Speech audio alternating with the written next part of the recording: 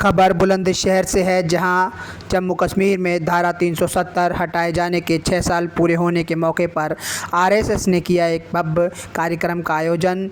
RSS के पदाधिकारी प्रदीप ने प्रेस वार्ता करते हुए पत्रकारों को संबोधित किया और बताया कि 370 हटाए जाने के बाद जम्मू कश्मीर में आतंकवाद जो है वो ख़त्म हो रहा है और कहीं ना कहीं जो आम जनमानस है वहाँ पर आराम से रह रहा है।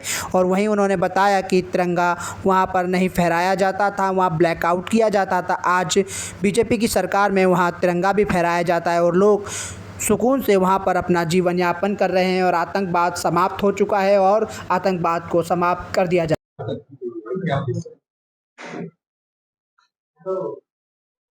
आज 5 अगस्त 2025 है। आज से ठीक 6 वर्ष पूर्व 5 अगस्त 2019 को देश की संसद में जम्मू कश्मीर में लगी धारा 370 को संसद में पारित कानून के द्वारा निरस्त किया था। धारा 370 1950 में संविधान के द्वारा जम्मू कश्मीर में लगी थी, जिसके जो हेडिंग था वो यही था कि धारा 370 टेम्परेरी है, ट्रांजिशनल है, रिवोकेबल है, अस्थायी है, परिवर्तनशील और कभी भी हटाई जा सकती है। परंतु उस समय देश की केंद्र की सरकार ने और जम्मू कश्मीर की सरकार ने उन 3 लाइनों को तो पढ़ा नहीं, परंतु धारा 370 के बाकी प्रावधान बहुत सख्ती से लागू किए।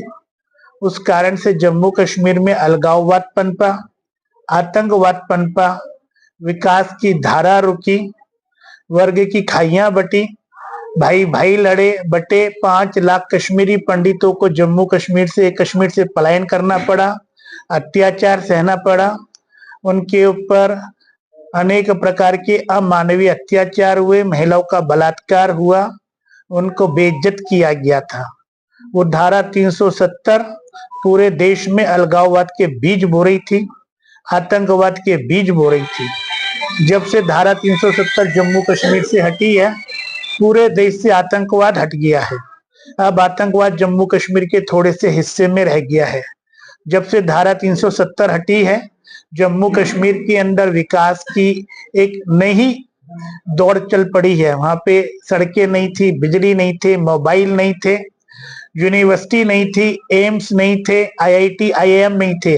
आज जम्मू कश्मीर में एम्स बन गए, आईआईटी आ गई, आईआईएम हो गए, सड़कें बन गई, पहाड़ों में बिजली आ गई, पहाड़ों में मोबाइल के कनेक्शन हो गए हैं। आज वहां के भी लोग अपने आप को पूरे भारत के एक नागरिक महसूस करते हैं। 15 अगस्त 26 जनवरी को वहां पे झंडे नहीं फहराए जाते थे, वहां पर ब्लैकआउट होता था। आज 15 अगस्त 26 जनवरी को वहां पे झंडे फहराए जाते हैं, जनगण मन गाया जाता है, भारत माता की जय होती है।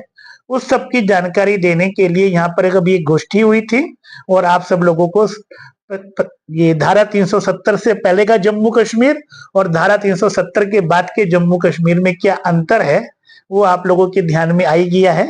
वो एक बारी रजिस्टर्ड कराना था। संविधान के अंदर पहली लाइन है, we the people of India. हम कौन हैं? तो हिंदुस्तान के नागरिक हैं।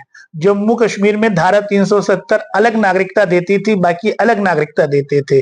तो संविधान की जो मूल भावना है उसके खिलाफ धारा 370 थी। वो हटने के बाद में जो संविधान की पहली पंक्ति है, हम भारत के नागरिक, we the people of India, उस भाव को मजबूत करती है। तो ये सारे विषय की जानकारी सबके ध्यान में आ जाए, इसके लिए कार्यक्रम भी रखा है और आप लोग यहाँ पे उस विषय के लिए आए भी हैं। 370 कंफर्म हो गई। अब कहा 370 जब उनको मार दिया था, आज वो स्थिति देखने को नहीं मिलती है। आतंकवाद है भी तो बहुत थोड़े से हिस्से में रह गया, बड़ा कम रह गया है। नहीं तो मैं जम्मू कश्मीर में 24 साल रहा हूँ, रोज 2-3 आतंकी की घटनाएं कभी कहीं हो रहा है, कभी कहीं हो रहा है, वो सुनने को मिलता था।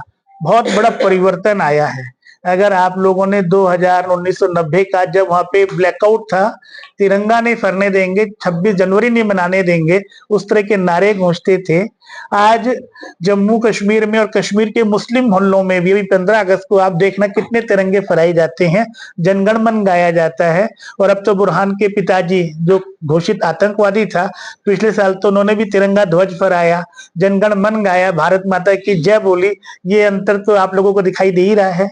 यासीन मलिक, जिसको बुलाने के लिए प्रधानमंत्री अपना हवाई जहाज भेजते थे और प्रधानमंत्री हाउस में आकर के और वो उनके साथ नाश्ता करता था, जो कि घोषित आतंकवादी था, जो कहता था कि मैंने इतने हिंदुओं को मारा, उसके बाद गिनना बंद कर दिया, आज वो जेल में सड़ रहा है। ये इतना बड़े भारी अंतर परिवर्तन सामने आए हैं, आप लोग महसूस कर रहे हैं सब चीजों को।